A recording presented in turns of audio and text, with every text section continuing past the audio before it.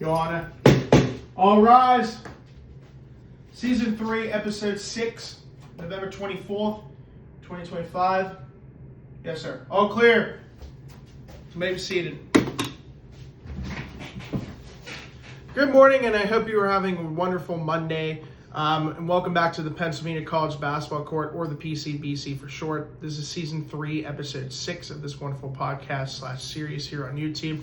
Seasons 1 and 2 of the PCBC can be found in my Instagram page. Link is in my bio under my YouTube channel.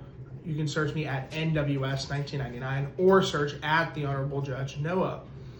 I'm your host, speaking of which, I'm your host, the Honorable Judge Noah, reporting live from the main town and home base of the PCBC. That is the beautiful college town of Slippery Rock, Pennsylvania. If you've enjoyed this series so far, hit that like button, leave a comment down below, and don't forget to subscribe to this wonderful podcast / series here on YouTube discussing PSAC men's basketball. In today's episode, we're going to be rocking and rolling with 14 games that we're going to be recapping that occurred over the weekend. So November 24th November 22nd and November 23rd. Go through each game, give you my overall ideas of if I got the game correct or not.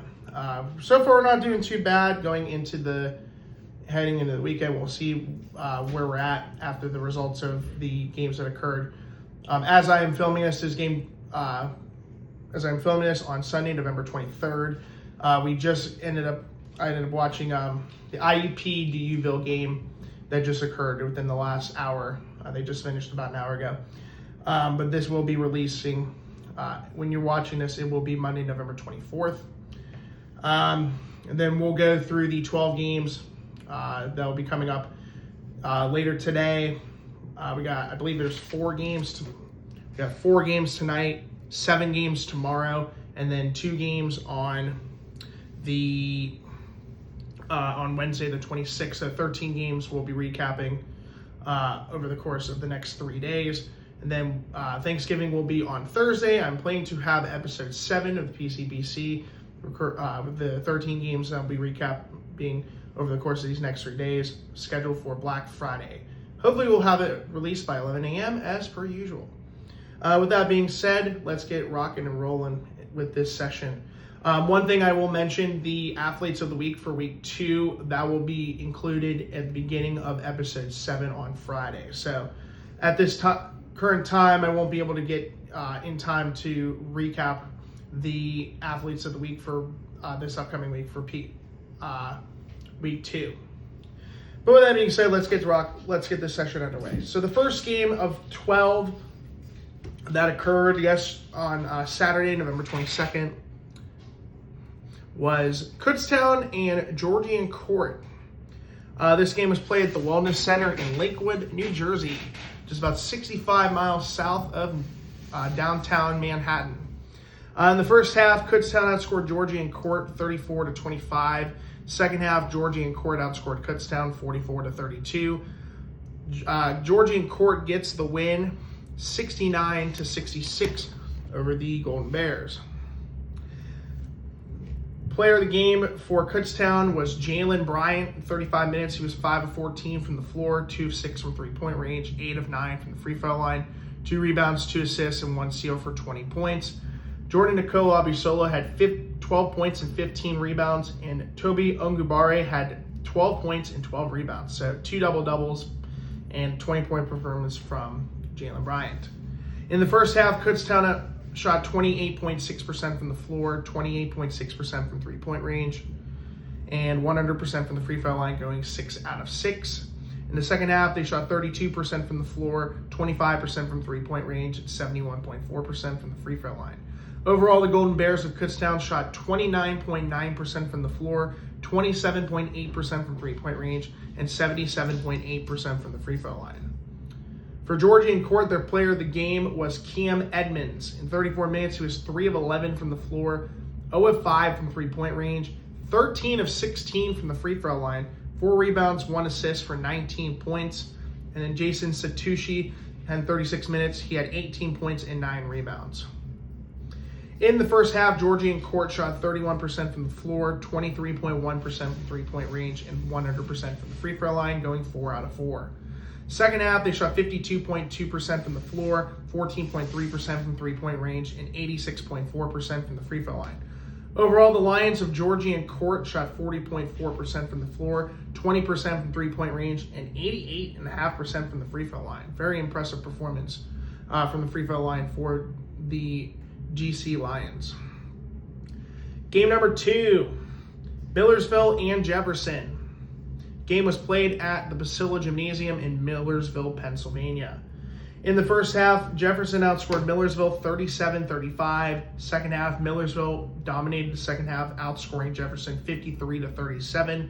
Millersville winning 88-74 over the Rams. The Marauders improved to 2-2, while the Rams dropped to 3-1. Player of the game for Jefferson was Jeremiah Dorsey. In 37 minutes, he was 6 of 12 from the floor, 4 of 9 from three-point range, and a perfect 7 out of 7 from the free throw line. 4 rebounds, 1 assist, and 3 steals for 23 points. In the first half, Jefferson shot 39.4% from the floor, 38.5% from three-point range, and 75% from the free throw line. Second half, they were 37% from the floor, 25% from three-point range, 86.7% from the free throw line.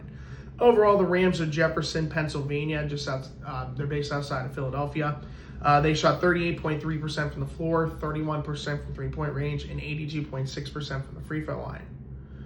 For Millersville, the player of the game was Dante Weiss. In 29 minutes off the bench, he was 6 of 9 from the floor and a perfect 8 out of 8 from the free throw line, and recorded 7 rebounds, 6 assists, and 2 steals for 20 points. In the first half, Millersville shot 38.9% from the floor, 15.4% from three-point range, and 55.6% from the free throw line. Second half, they shot 60% from the floor, 50% from three-point range, and 56.2% from the free throw line. 86.2% from the free throw line. Overall, the Marauders of Millersville shot 46.4% from the floor, 28.6% from three-point range, and 78.9% from the free throw line. At the end of each day, we're going to go through which games I got correct and which games I did not get correct. So just for time purposes. Next game, Seton Hill and West Virginia Wesleyan. This game was played at the Rockefeller Center in Buchanan, West Virginia. In the first half, West Virginia Wesleyan outscored Seton Hill 36-33. Second half, Seton Hill outscored WVW 48-34. Seton Hill winning 81-70 over the Bobcats. Seton Hill improves to 4-0 on the season. West Virginia Wesleyan, shocker, is 0-4. Player of the game for Seton Hill is Kendrick Curtis. He was one of all 5 starters for Seton Hill recorded double-digit points. Led, of course, by Kendrick Curtis, who is the player of the game. In 33 minutes, he was 6 of 11 from the floor, 0 of 1 from three-point range, and 8 of 10 from the free throw line. 2 rebounds and 1 steal for 20 points. Camden Brewer had 15 points with 6 rebounds, 3 assists, and 3 steals. Rashad Williams, he had 13 points, 5 rebounds, 6 assists, and 3 steals. Brandon Corey had 13 points, 6 rebounds, 1 block, and 4 steals. And Ed Ortiz had 12 points, 4 rebounds, 1 assist, 2 blocks, and 2 steals. In the first half, Seton Hill shot 39.3% from the floor, 23.1% from three-point range, and 66.7% from the free throw line. Second half, they shot 48.3% from the floor, 30% from three-point range, 81% from the free throw line. Overall, the Griffins of Seton Hill shot 43.9% from the floor, 26.1% from three-point range, 75.8% from the free throw line. For West Virginia Wesleyan, their player of the game was Tristan Harkins. In 33 minutes, he was 7 of 11 from the floor, 3 of 6 from three-point range, and 2 out of 2 from the free throw line. 5 rebounds, 5 assists, and 4 steals for 19 points. 2 other players recorded double-digit points. Nathaniel Foster Jr. off the bench, he had 14 points, 3 rebounds, and 1 assist. And Stefan Ovia had 12 points, 7 rebounds, and 1 assist. In the first half, West Virginia Wesleyan shot 56.5% from the floor, 50% from three-point range, and 66.7% from the free throw line. In the second half, they shot 43.3% from the floor, 46.2% from three-point range, and 66.7% from the free throw line. Overall, the Bobcats of West Virginia Wesleyan shot 49.1% from the floor, 47.6% from three-point range, and 66.7% from the free throw line. Next game. We would have had Bloomsburg versus Felician University, but apparently that game ended up getting canceled. So Bloomsburg's actually playing tomorrow against Penn State Scranton. So that game was a canceled game. Next game. I'm telling you this, y'all. California, Pennsylvania Vulcans men's basketball has kind of had some weird games where they've lost in the last couple of years. And this is definitely one of them. And actually, they have two weird losses this year. The first one was against Wheeling University, which I was surprised they lost that game. And then this one against Concord. This game was played at the Carter Center in Athens, West Virginia. This was between Penn West California and Concord, West Virginia.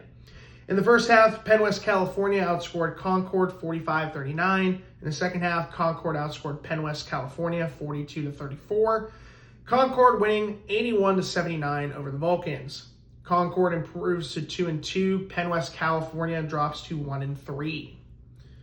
For the Vulcans, their player of the game easily goes to Antoine Arnett. In 33 minutes, he was 9 of 17 from the floor, 2 out of 2 from three-point range, and 6 of 7 from the free throw line. 6 rebounds, 1 assist for 26 points. Bryson Lucas had 16 points, 7 rebounds, 2 assists with 1 block and 2 steals. Jordan Buchanan and Braden Reynolds both had 13 points. For Buchanan, he had 5 rebounds, 2 assists, 1 block, and 2 steals. For Reynolds, he had 2 rebounds, 1 assist, 1 block, and 2 steals. In the first half, Penn West California shot 50% from the floor, 50% from three-point range, and 91.7% from the free throw line. In the second half, they shot 43.8% from the floor, 44.4% from three-point range, and 50% from the free throw line. Overall, the Vulcans of Penn West California, Pennsylvania shot 46.8% from the floor, 47.1% from three-point range, and 81.3% from the free throw line. For Concord, their player of the game was Craig Gilbert. In 34 minutes, he was 9 of 13 from the floor, 3 of 5 from three-point range, 3 of 7 from the free throw line, 4 rebounds, 1 assist, 2 blocks, and a steal for 24 points. Bobakar Dijigo, in 34 minutes, he had 18 points, 12 rebounds, 2 assists, and 2 blocks, recorded a double-double. And I'm going to try to pronounce this. Fernie Hanna, there we go. Fernie Hanna, 30 minutes, 16 points, 4 rebounds, 1 assist. In the first half, Concord, West Virginia shot 41% from the floor, 36.4% from three-point range, 60% from the free throw line. In the second half, they shot 55.6% from the floor, 37.5% from three-point range, and 64.3% from the free throw line. Overall, the Mountain Lions of Mountain Lions of Concord, West Virginia shot 47% from the floor, 36.8% from three-point range, and 63.2% from the free throw line. Next game. Clarion and Lake Erie College. This game was played at the Tippin Gymnasium in Clarion, Pennsylvania, about a 45-minute drive from the home and the site of the PCBC. In the first half, Lake Erie College, which is based out of Painesville, Ohio, just outside, about 35 to 40 minutes outside of Cleveland. Lake Erie College outscored Clarion 42-34 in the first half. In the second half, Lake Erie outscored Clarion 43-38. Lake Erie College winning this game 85-72 over Clarion. The Storm, as they are known, Lake Erie improves to 4-0. Clarion drops to 2-2. For Lake Erie, their player of the game was Amari Williams. In 22 minutes, he was 6 of 15 from the floor, 4 of 9 from three-point range, and 3 of 4 from the free throw line. 5 rebounds, 2 assists, and a steal for 19 points. And then Gavin Welch, in 21 minutes, had 12 points, 6 rebounds, 4 assists. In the first half, Lake Erie College shot 41.5% from the floor, 27.3% from three-point range, and 100% from the free throw line, going 2 out of 2.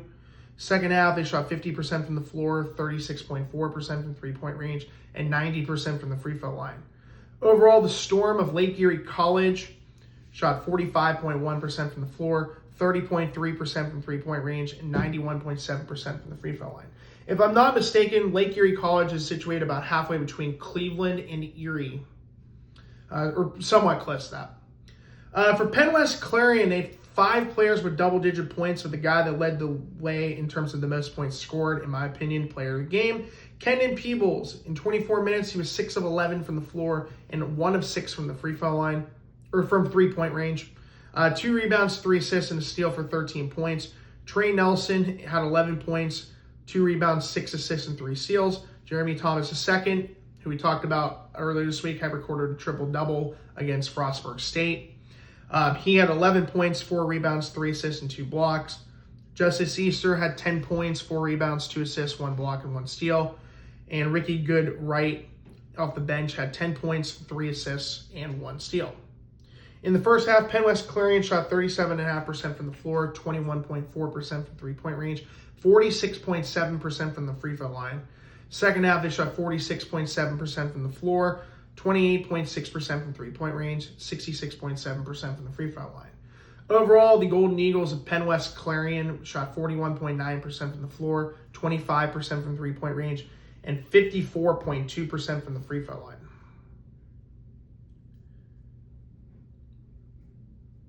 Next game.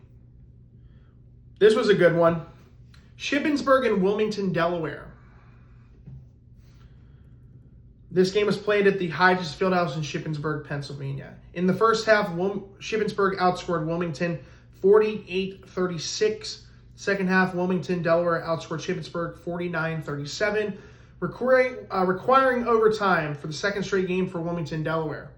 In overtime, Shippensburg outscored Wilmington 10-9, with the final score being 95-94 in favor of Shippensburg. The Raiders are 3-1, while the Panthers or the Wildcats dropped to 3-1. For Wilmington, Delaware, their player of the game was Trey Hawkins. In 36 minutes, he was 7 of 13 from the floor and 7 of 9 from the free throw line. He recorded a double-double with 13 rebounds and 1 steal for 21 points. Jalen Horsey had 17 points, 1 rebound, 5 assists, and 1 steal. Denham Perkins had 16 points, 4 rebounds, 3 assists. Justin Perez off the bench had 15 points, 7 rebounds, and 1 steal. And Akeem Taylor had 12 points, 6 rebounds, 2 assists, 1 block, and 1 steal. In the first half, Wilmington, Delaware shot 40% from the floor, 33.3% from three-point range, 88.9% from the free throw line.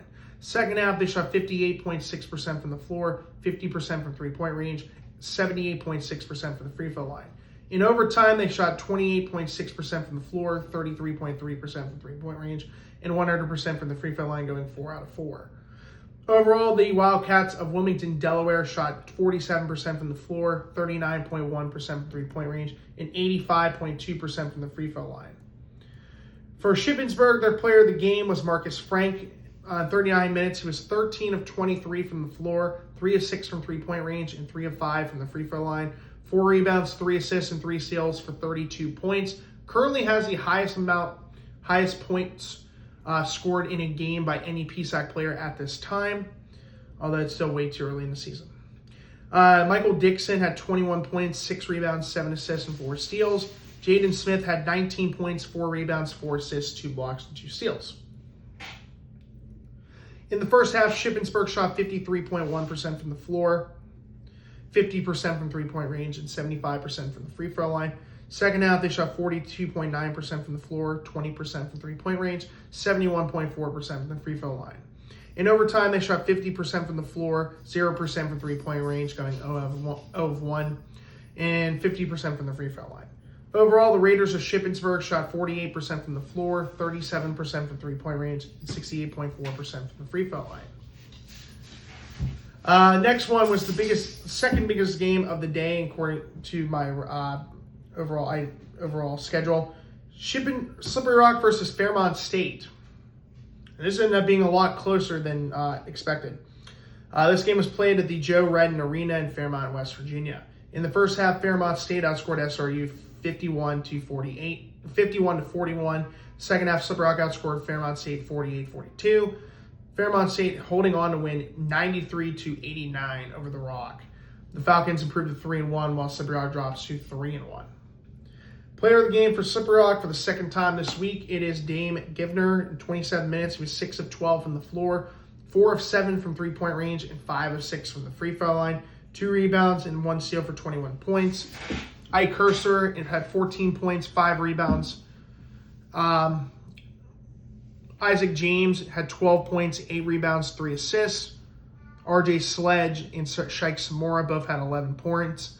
For Sledge, he had 11 points, 4 rebounds, and 1 steal. For Samora, he had 11 points, 2 rebounds, and 2 blocks. In the first half, Slippery Rock shot 48.3% from the floor, 50% from three-point range, and 75% from the free throw line. Second half, they shot 43.8% from the floor, 41.7% from three-point range, 75% from the free throw line. Overall, the Rock of SRU shot 45.9% from the floor, 45% from three-point range, and 75% from the free throw line, with a technical foul being assessed to Dame Givner. For Fairmont State, their player of the game was Dre Carter. In 26 minutes, he was 8 of 11 from the floor and 8 of 11 from the free throw line, recording a double-double with 11 rebounds, 1 assist, and 1 steal for 24 points. Former Concord Mountain Lion Renee Diop had 20 points, 5 rebounds, 2 assists, 3 blocks, and a steal. David Jalinder, I'm pretty sure he played for, I think it was Davis and Elkins last year. I know he's another one of the transfer players. They have a lot of Mountain East Conference transfer players that happened last season. He had 14 points, 5 rebounds, and 2 assists, and 1 steal. Former West Virginia State Yellow Jacket Miguel Martinez had 12 points, 3 rebounds. And CJ Meredith, I believe, was another Mountain East transfer. I think he came from either the University of Charleston or he was another one of the Concord players that transferred as well. Actually, I think he was the University of Charleston because Colin Turber would have been the University, would have been Concord. Anyways, that's the point. CJ Meredith had 11 points, 4 rebounds, 3 assists, and 2 steals. In the first half, Fairmont State shot 60.6% from the floor, 41.7% from three-point range, and 60% from the free throw line. Second half, they shot 36.7% from the floor, 20% from three-point range, and 64.3% from the free throw line. Overall, the Falcons of Fairmont State shot 49.2% from the floor, 31.8% from three-point range, and 63.2% from the free throw line, with a technical foul being assessed to Joey Brown.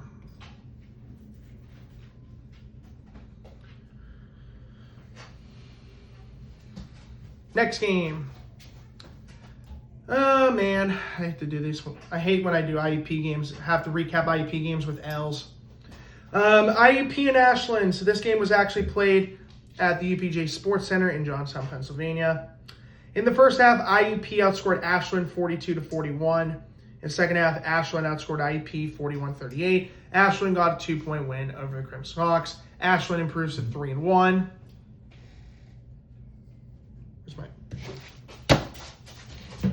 Here we go. Correct. Yeah, they improved to 3-1. IUP drops to 2-1 for the moment. For Ashland, this was the guy that I was worried they had to keep an eye on. Unfortunately, that did not happen. That would have been Maceo Williams. He's the player of the game for Ashland. In 32 minutes, he was 8 of 11 from the floor and 9 of 10 from the free throw line. He recorded a double-double with 11 rebounds, 3 assists, and 2 steals for 25 points. Cooper Davis had a pretty decent shooting game, going 7 of 12 from the floor. He had 22 points, 3 rebounds, and 1 assist, and 1 steal. And then Max Dawson off the bench had 13 points with 1 rebound. In the first half, the Eagles of Ashland shot 51.7% from the floor, 36.4% from three-point range, 70% from the free throw line.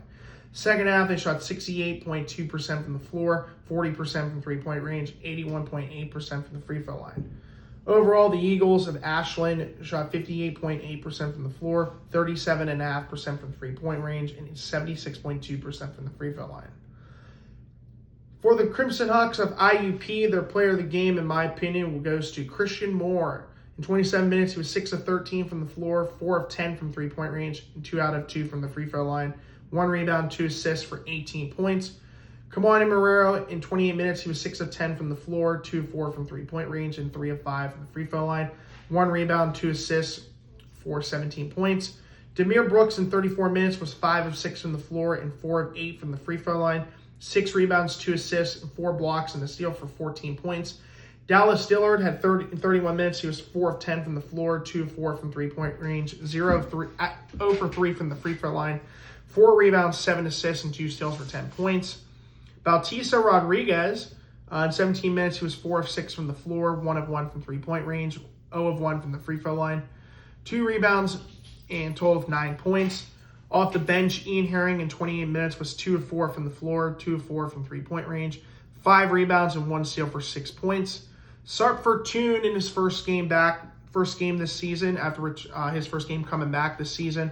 He missed the first 2 games of the season last week in the IUP tip-off in the Hilton Garden IUP tip-off classic.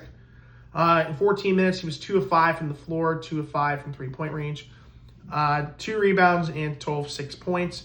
Tyler Grove was ice cold again. In 16 minutes, was 0 of 2 from the floor, both of those being free-point field goal attempts. 2 rebounds and 0 points. Luke Triggs, in 5 minutes, he was 0 of 2 from the floor and 0 of 1 from three-point range, and he had 0 points. In the first half, IUP shot 53.3% from the floor, 52.9% from three-point range, and 33.3% from the free throw line. Second half, they shot 46.4% from the floor, 28.6% from three-point range, 50% from the free throw line. Overall, the Crimson Hawks of IUP shot 50% from the floor, 41.9% from three-point range. And this is why I think IUP lost this game. They shot an abysmal 47.4% from the free throw line. Had they made just a couple more free throw attempts, they probably win this game very easily. They left 10 points on off the board and could have won this game 90-82 over Ashland. So don't worry, this isn't the first game you'll see IUP. I'll be talking about in this episode with they need to figure the free throw shooting out as soon as possible, or they're going to be struggling against teams in their division. We'll talk about that in a minute. 4 games left to go from Saturday. The next one, Edinburgh versus Robert Wesleyan. And congratulations, Robert Wesleyan. Man, did you leave a dud, because I thought you were going to win this game very easily. In the first half, Edinburgh outscored Roberts Wesleyan 40-30. Second half, Edinburgh outscored Roberts Wesleyan 46-34. Edinburgh cruised in this game, winning 86-64. Game was played in the Macomb Fieldhouse. Edinburgh improves to 2-2. Apparently, Roberts Wesleyan, I thought they were 3-0, but they are not. They dropped to 1-3. For Roberts Wesleyan, their player of the game is Colin Woods. In 30 minutes, he was 5 of 12 from the floor, 2 of 5 from three-point range, and 3 of 6 from the free throw line. 5 rebounds, 2 assists for 15 points. Kajane Carter had 12 points, 3 rebounds, 2 assists, and 2 steals. Khalik Gardner, in 19 minutes off the bench, had 12 points, 7 rebounds. And then Trey Kalitz had 11 points, 7 rebounds, and 1 block. In the first half, Roberts Wesleyan shot 35.5% from the floor, 40% from three-point range, and 100% from the free throw line, going 4 out of 4. In the second half, they shot 43.3% from the floor, 33.3% from three-point range, and 55.6% from the free throw line. Overall, the Red Hawks of Roberts Wesleyan shot 39.3% from the floor, 36.8% from three-point range, and 69.2% from the free throw line, with a technical foul being set to Kajane Carter and another technical foul being set to the Roberts Wesleyan as a team. For Penn West Edinburgh, their player of the game was Makai Reynolds. In 39 minutes, he was 11 of 20 from the floor, 5 of 10 from three-point range, 3 of 5 from the free throw line, 7 rebounds, 1 assist for 30 points. Bryce Baez had a very impressive double-double. He had 13 points, 15 rebounds, 2 assists, 2 blocks, and a steal. Rowan Carmichael, after going for 31 points in this previous game, went for 12 points and 2 rebounds and 2 assists off the bench. Then Ibrahim Abdulrahman Robertson had 11 points, 6 rebounds, 1 block, and 1 steal. In the first half, Penn West Edinboro shot 40.5% from the floor, 23.5% from three-point range, 75% from the free throw line. Second half, they shot 48.4% from the floor, 33.3% from three-point range, and 76.5% from the free throw line. Overall, the Fighting Scots of Penn West Edinboro shot 44.1% from the floor, 26.9% from three-point range, and 76% from the free throw line, with a technical foul being assessed to Bryce Baez.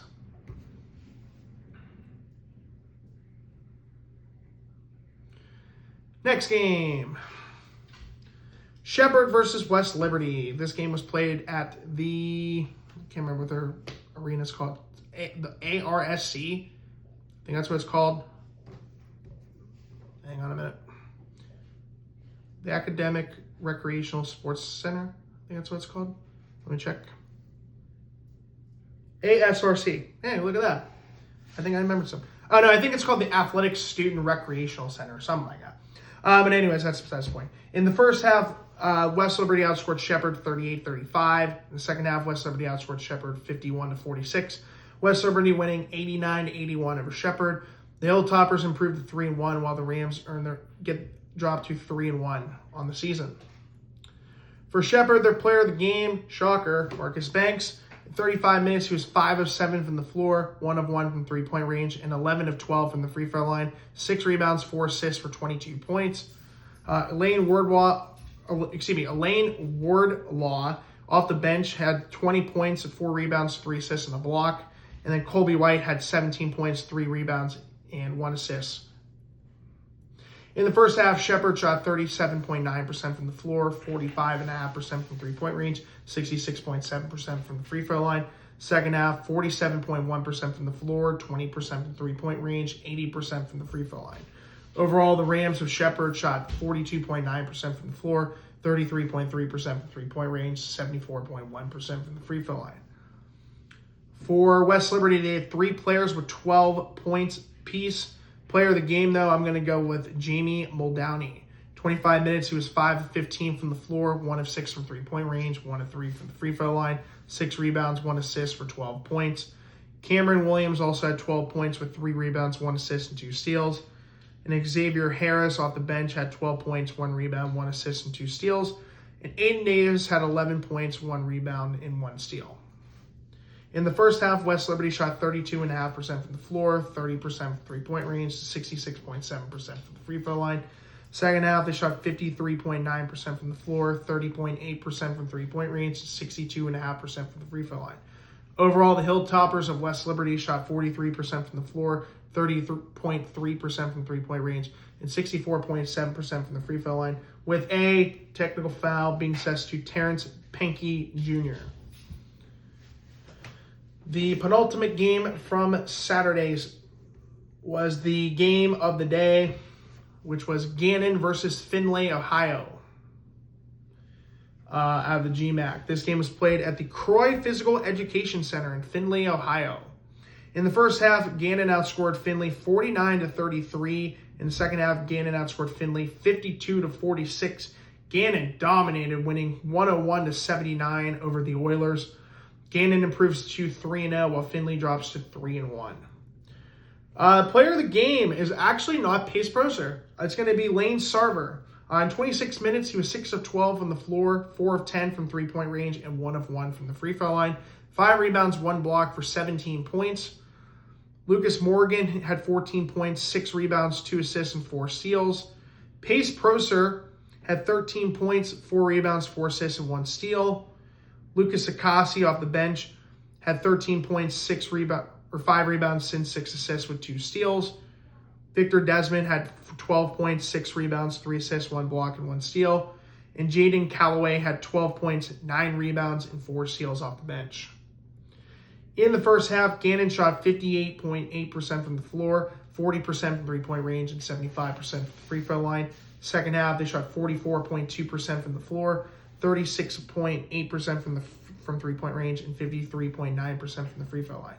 Overall, the Golden Knights of Gannon shot 50.6% from the floor, 38.2% from three-point range, and 58.8% from the free throw line.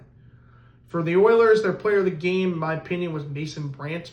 24 minutes, he was 6 of 9 from the floor and 1 of 3 from three-point range. 3 rebounds, 2 assists, and 2 steals for 13 points. Anthony Johnson had 12 points, 3 rebounds, 1 assist. In the first half, Findlay, Ohio shot 36.4% from the floor, 35.3% from three-point range, and 100% from the free throw line, going 3 out of 3. Second half, they shot 46.7% from the floor, 16.7% from three-point range, 69.6% from the free throw line. Overall, the Oilers of Findlay, Ohio shot 41.3% from the floor, 27.6% from three-point range, and 73.1% from the free throw line. And the last game from Saturday would be Pitt Johnstown versus Deauville, New York. The second of 2 games that occurred on Saturday evening at the UPJ Sports Center in the IUP Thanksgiving Tip-Off in the IUP Thanksgiving Classic. In the first half, Pitt Johnstown outscored Deauville 40-36. Second half, Pitt Johnstown outscored Deauville for 45-36. Pitt Johnstown winning 85-72 over the Saints. Pitt Johnstown improves to 2-1. Deauville dropped to 0-4 at this before yesterday's games. Player of the game was Trayton Trice for the Saints. In 28 minutes, he was 5 of 10 from the floor, 0 of 1 from three-point range, 8 of 8 from the free throw line. Recorded a very impressive double-double with 15 rebounds, 1 assist, and a steal for 18 points. Elisha Warren, who was the top scorer for the Saints coming into this weekend, had 14 points, 5 rebounds, 2 assists, and 2 steals.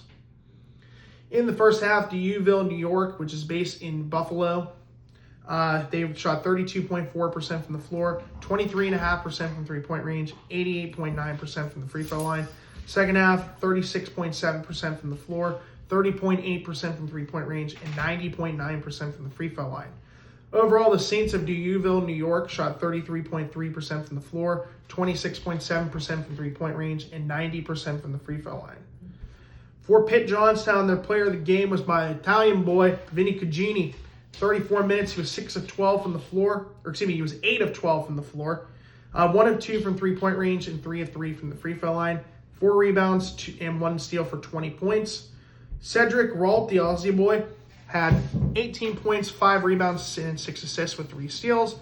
Baden Forup had 15 points, 11 rebounds, 1 assist, and 2 steals. Jay Rose off the bench had 12 points, 2 rebounds, 2 assists, and 1 steal. And then Will Kromka had 11 points, 1 rebound, 1 assist. In the first half, Pitt Johnstown shot 54.8% from the floor, 0% from three-point range, going 0 of 5, and 85.7% from the free throw line. Second half, they shot 60% from the floor, 50% from three-point range, and 77.8% from the free throw line. Overall, the Mountain Cats of Pitt Johnstown shot 57.4% from the floor, 22.2% from three-point range, and 81.3% from the free throw line. So with Saturday's games, I ended up getting 7 out of 12 games correct. So actually, it was kind of a rough day. Not gonna lie, but still, I guess over 50% is not terrible. It's better than being under 50%. Games I got correct, we're just gonna go in from the recap. Kutztown, Georgia, and Court, that game was correct. Millersville and Jefferson, game was incorrect. I had Jefferson winning that one. Millersville won by 14. Seton Hill versus WVW, got that game right. California and Concord, got that game wrong. I had California winning that game. They lost by 2 points. Lake Erie over Clarion, had that one right. Wilmington, Delaware, and Shippensburg had Wilmington, Delaware winning that game, and unfortunately did not get the game correct, losing by 1 point in overtime. Fairmont State and Slippery Rock got that game right. I had IUP over Ashland, lost by 2 points, got that game wrong. Roberts Wesleyan over Edinburgh, man, I had that one wrong. Lost that game by 22 points. Shepherd and West Liberty got that game right. Gannon against Findlay got that game right. And Pitt Johnstown got that game right over Deauville. And then the 2 games that occurred last night, the first of 2 games, the Thanksgiving Classic transitioned from the UPJ Sports Center in Johnstown to the home of the IUP Crimson Hawks. That is the beloved KCAC, or the Kovalchick Convention Athletic Complex, for a 2-game set to end the IUP Thanksgiving Classic. The 3:30 game from yesterday would have been Ashland versus Pitt Johnstown. In the first half, Ashland outscored Pitt Johnstown 47-38. Second half, Pitt Johnstown outscored Ashland 41-40. The Eagles win 87-79 over the Mountain Cats. Ashland improves to 4-1, while Pitt Johnstown drops to 2-2. For Pitt Johnstown, yet again, my Italian boy Vinny Cugini won player of the game, or my player of the game. 32 minutes, he was 9 of 18 from the floor, 4 of 8 from three-point range, and 2 of 2 from the free throw line. 7 rebounds, 2 assists, and 1 steal for 24 points. Will Kromka had 18 points, 7 rebounds, and 1 assist. Baden Forup had 17 points, 6 rebounds, 4 assists, a block, and 2 steals. And Jay Rose off the bench had 10 points, 1 rebound for the Mountain Cats. In the first half, Pitt Johnstown shot 46.4% from the floor, 50% from three-point range, and 70% from the free throw line. Second half, they shot 52% from the floor, 44.4% from three-point range, 64.7% from the free throw line. Overall, the Mountain Cats of Pitt Johnstown shot 49.1% from the floor, 47.4% from three-point range, 66.7% from the free throw line. For the Ashland Golden Eagles, their player of the game once again was Maceo Williams. 29 minutes, he was 8 of 11 from the floor and 4 of 4 from the free throw line. Another double-double. He had 13 rebounds, 1 assist, and 2 steals for 20 points. He went 16 of 21 from the floor and 13 of 14 from the free throw line in the 2 games this weekend. Cooper Davis had 17 points and 1 assist. Jordan Edwards had 16 points, 6 rebounds, 8 assists, and 4 steals. Max Dawson had 10 points, 1 rebound, and a steal off the bench. And Jason Moore had 10 points, 1 rebound, and 1 block coming off the bench. In the first half, Ashland shot 57.1% from the floor, 25% from three-point range, and 80% from the free throw line. Second half, they shot 55.2% from the floor, 30% from three-point range, 55.6% from the free throw line. Overall, the Eagles of Ashland, Ohio shot 56.3% from the floor, 27.3% from three-point range, and 64.3% from the free throw line. And the last game, the 14th and final game we'll be talking about for this episode, recapping, that would have been the game that just as we are filming this right now, finished just about an hour and a half ago. That would be IUP versus DUville, New York. Game also was played at the KCAC. And the return of the Crimson Hawks to the KCAC. And the title for this episode is Home Sweet Home Kovalchick. In the first half, IUP outscored DUville 44-33. Second half, IUP outscored DUville 50-33. Crimson Hawks getting an easy 28-point win over the Saints, 94-66. IUP goes into the Thanksgiving break with a 3-1 start. DUville drops to 0-5. For DUville, their player of the week, or their player of the game, once again, Trayton Trice. 31 minutes, he was 9 of 14 from the floor, 0 of 1 from three-point range, 1 of 4 from the free throw line, 6 rebounds, 1 block, and 1 steal for 19 points. Justin Moore had 14 points, 6 rebounds, and Sean Reynolds had 13 points, 5 rebounds, 2 assists, and 2 steals. In the first half, DUville, New York shot 40.7% from the floor, 37.5% from three-point range, 88.9% from the free throw line. Second half, they shot 42.9% from the floor, 20% from three-point range, and 50% from the free throw line. Overall, the Saints of DUville, New York shot 41.8% from the floor, 27.8% from three-point range, and 65.2% from the free throw line. For IUP, their player of the game goes to Tyler Grove. After having 2 ice-cold performances, he had a pretty good game. In 17 minutes off the bench, he was 6 of 11 from the floor, 4 of 8 from three-point range, 2 of 3 from the free throw line, 4 rebounds, 2 assists, and a block for 18 points. Very impressive block, by the way, as I watched pretty much the entirety of this game tonight. Well, last night, we're going by when this episode is being released. Demir Brooks, in 16 minutes, was 5 of 6 from the floor and 5 of 9 from the free throw line. 6 rebounds, 3 assists, and a block for 15 points. Dallas Dillard was 4 of 11 from the floor, 1 of 5 from three-point range, 5 of 8 from the free throw line, 5 rebounds, 6 assists, and 5 steals for 14 points. Kamani Marrero was 5 of 9 from the floor, 2 of 5 from three-point range, 0 of 2 from the free throw line, 2 rebounds, 4 assists for 12 points. Luke Triggs off the bench in 14 minutes was 5 of 7 from the floor and 1 of 2 from the free throw line, 5 rebounds for 11 points.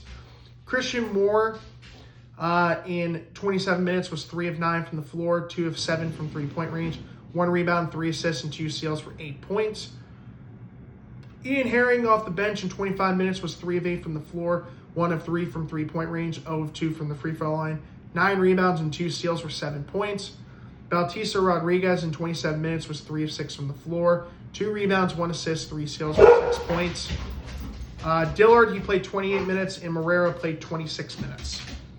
Sarpford Toon in 17 minutes, 1 of 3 from the floor, 1 of 2 from three-point range. He had 5 rebounds, 1 assist, and 2 steals for 3 points. And Alphonso Pickens Jr. in 3 minutes off the bench was 0 of 1 from the floor, which was a 3-point field goal attempt. He had 1 rebound and 1 steal for 0 points. In the first half, IUP shot 43.9% from the floor, 37.5% from three-point range, and 20% from the free throw line. Ouch. The second half, it was a little bit better. They shot 56.7% from the floor, 33.3% from three-point range, 68.8% from the free throw line. A lot better than the first half. Overall, the Crimson Hawks of IUP shot 49.3% from the floor, 35.5% from three-point range, and 50% from the free throw line. I will say though, IUP has got to get better with their free throw shooting, because when the games in January matter and their division games start coming along, they have to get this free throw shooting figured out, because if they don't, they're going to be in trouble, because a lot of these teams in the West are very good at shooting free throws. But that's besides the point. So I mean, that's the only nitpicking thing I'm going to say about them. But overall, very impressive performance tonight for IUP. Their defense did a lot better tonight than it did on Saturday. So overall, I got 1 out of 2 games correct. You could probably guess which one I got correct. That would have been IUP against Uville. The other game I did not get correct. I had Pitt Johnstown beating Ashland, and Ashland won by 8 points. So overall, going into today, I have gotten 42 out of 63 games correct. So we're just over a third of the 1/5 of the games have already been played. So we have about roughly 230 games left in the regular season. Don't worry, the number of games is going to shrink once we get to mid-January. Once we get to division play on January 7th, we're already going to be over halfway. We'll already be at projected, now this could change, January 7th will be at 159 out of 293 games projected. So obviously all these games are subject to change based on the wonderful weather, especially in the northwest part of the state in like Erie or Edinburgh, because they get something called lake effect snow or whatever that's called. They get more snow because they have that big old Great Lake known as Lake Erie. That's the point. So we got 4 games that are occurring tonight. We have Damon, New York. This is that 5:30 game. Damon, New York, who is 6-0 going into this game, traveling to the Convocation Center to take on the Vulcans of Penn West, California, who are 1-3. 6 o'clock games. The first one is Penn State Fayette traveling up to Clarion to the Tiffin Gymnasium to take on the Golden Eagles. And then we got Roberts Wesleyan taking on Lock Haven, or Commonwealth University of Lock Haven. Game is being played at the Thomas Fieldhouse. And then we got a 7 o'clock game, which is Cheney, former PSAC school, traveling to Shippensburg to the Hodges Fieldhouse to take on the Raiders. For the Roberts Wesleyan game, they're 1-3. Lock Haven's 2-2. Cheney, I did not find a record for them, so we're just going to leave it as non-applicable. Shippensburg is 3-1. Games coming up on Tuesday. We got a 12 o'clock game. That would be Point Park traveling to Pitt Johnstown to take on the Mountain Cats. Point Park is 0-1. Pitt Johnstown's 2-2. 2:30 game, a very interesting one. We got Pitt Greensburg, who's 5-0, against Seton Hill, who is 4-0. So these teams are actually about 3 miles apart from each other. They're both located in Greensburg. Well, Pitt Johnstown outside the city of Greensburg, but still very close. 5 o'clock game. We got Glenville State of the Mountain East, 2-1, traveling to Slippery Rock, to my hometown, in the home of the PCBC, take on the Rock. SRU is 3-1. 6 o'clock game, Wilson College, also known as the Phoenix. They're 1-4. They're traveling to the Pasilla Gymnasium to take on the Marauders of Millersville, who are 2-2. 7 o'clock game, we got Edinboro traveling to Canton, Ohio, to take on Malone University. Then Malone, Ohio is 2-1. 7:30 games. We got Georgian Court, who is 4-0, traveling to the Kohler Fieldhouse to take on East Stroudsburg, who's 3-0. Then we got Penn State Scranton, who's 4-3, traveling to Bloomsburg to take on the Huskies. The Huskies are 0-3. And then 2 games on Wednesday. Shepherd traveling to Frostburg State to take on Mike Matano and the Bobcats.